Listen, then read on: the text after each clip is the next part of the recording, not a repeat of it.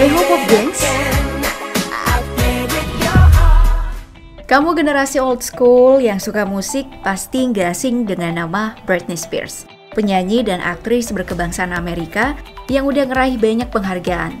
Tapi kamu tahu nggak kalau Mbak Britney juga pernah main di sejumlah film? Soalnya aktris kelahiran Macomb, Mississippi, Amerika Serikat, dan anak kedua dari pasangan Lynn Irene Bridges sama James Parnell Spears ini, waktu kecil emang udah ikut kelas gimnastik dan vokal, terus ngikutin banyak kompetisi juga. Makanya pas usia 8 tahun, Doi sempet ngikutin audisi buat acara TV Disney The All New Mickey Mouse Club. Cuman sayang banget waktu itu Mbak Britney gagal karena dianggap terlalu muda buat acara itu. Beruntungnya para produsen terkesan dan ngedukung supaya Britney dapat agen di New York. Nah, sejak saat itu, Britney ngabisin waktu di New York, terus masuk deh sekolah seni pertunjukan profesional.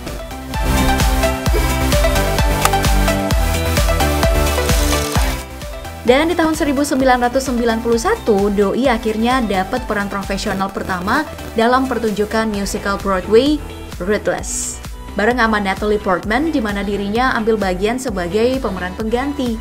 Terus, setahun setelahnya, Britney jadi anggota di All New Mickey Mouse Club. Dia tampil bareng beberapa artis lain seperti Christina Aguilera, Justin Timberlake, dan Kerry Russell. Cuman acara ini udah berhenti pas di tahun 1994. Kita belum lahir ya. Dan setelah itu, Mbak Britney lebih banyak ambil peran jadi guest star, termasuk dalam The Famous Jet Jackson waktu tahun 1999, sebuah serial televisi Amerika untuk Disney Channel. Ya, Doi emang udah lebih fokus jadi penyanyi sih pas momen ini. Makanya di tahun yang sama, Mbak Britney tampil juga sebagai cameo di Sabrina the Teenage Witch, sitkom TV Amerika yang dibuat oleh Nell Scovell. Terus nyanyiin lagunya You Drive Me Crazy yang merupakan single ketiga dari albumnya sendiri, Baby One More Time.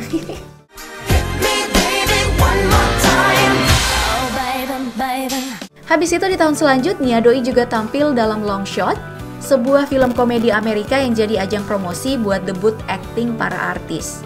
Dan di sini Mbak Britney tampil sebagai pramugari. Kemudian di tahun yang sama, Doi juga mejeng di The Manson Family yang merupakan episode 12 dari musim ke-11 sitkom animasi Amerika The Simpsons. Dan disutradarai sama Michael Polkino. And I'm teen sensation Britney Spears. Itu bukan penampilan terakhirnya loh ya.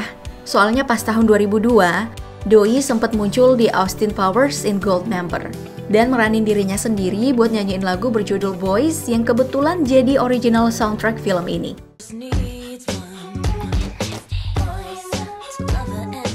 Nah, di tahun ini, karir akting Doi emang lumayan nanjak karena sempat jadi pemeran utama dalam film Crossroads.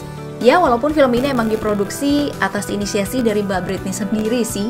Habis itu, baru deh dikembangin sama Shonda Rhimes sebagai penulis skenarionya.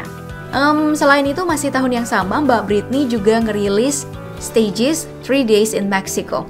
Nah, ini adalah DVD resmi yang berisi cerita di balik layar atau BTS selama tour Dream Within a Dream. Setelah Oops, I Did It Again.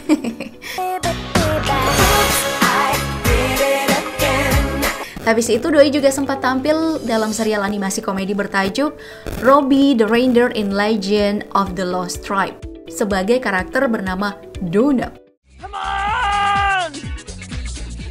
Terus, setelah rehat dari dunia akting selama tahun 2003, dia balik lagi ke layar kaca pas tahun 2004 dalam Britney and Kevin Chaotic buat adu peran sama mantan suaminya, Kevin Federline.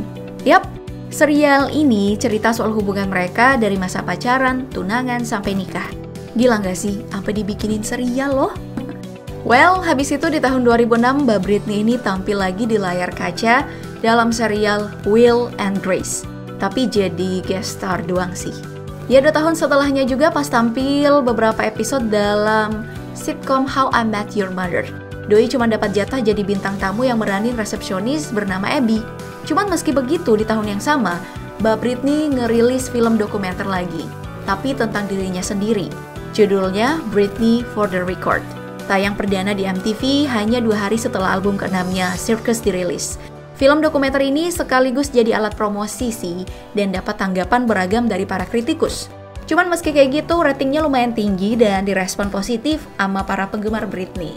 Ya wajar sih, soalnya dokumenter ini emang nunjukin momen paling personal dari seorang Britney dalam rentang waktu 60 hari. Wow, mulai dari awal kehancurannya yang jadi bahan gunjingan orang-orang di masa itu, sampai bagaimana doi bangkit dan akhirnya kembali ke dunia musik. Nah, karena semua respon itu, film dokumenter ini kemudian dirilis ulang dalam format DVD pada tahun 2009 di Amerika Serikat, sama di situs web toko HMV Inggris.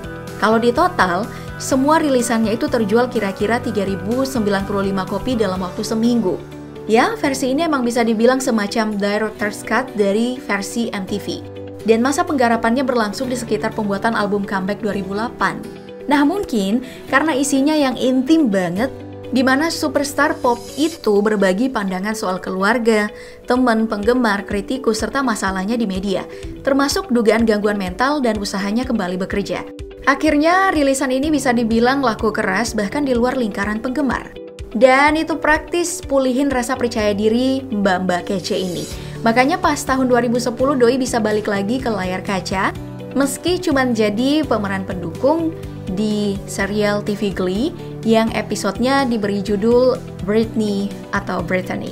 Jangan heran nama judulnya yang kayak gitu ya, soalnya episode kedua dari musim kedua serial TV ini dan episode ke-24 secara keseluruhan emang ditulis dan disutradarai sama Ryan Murphy, semata-mata buat ngasih penghormatan ke Britney Spears.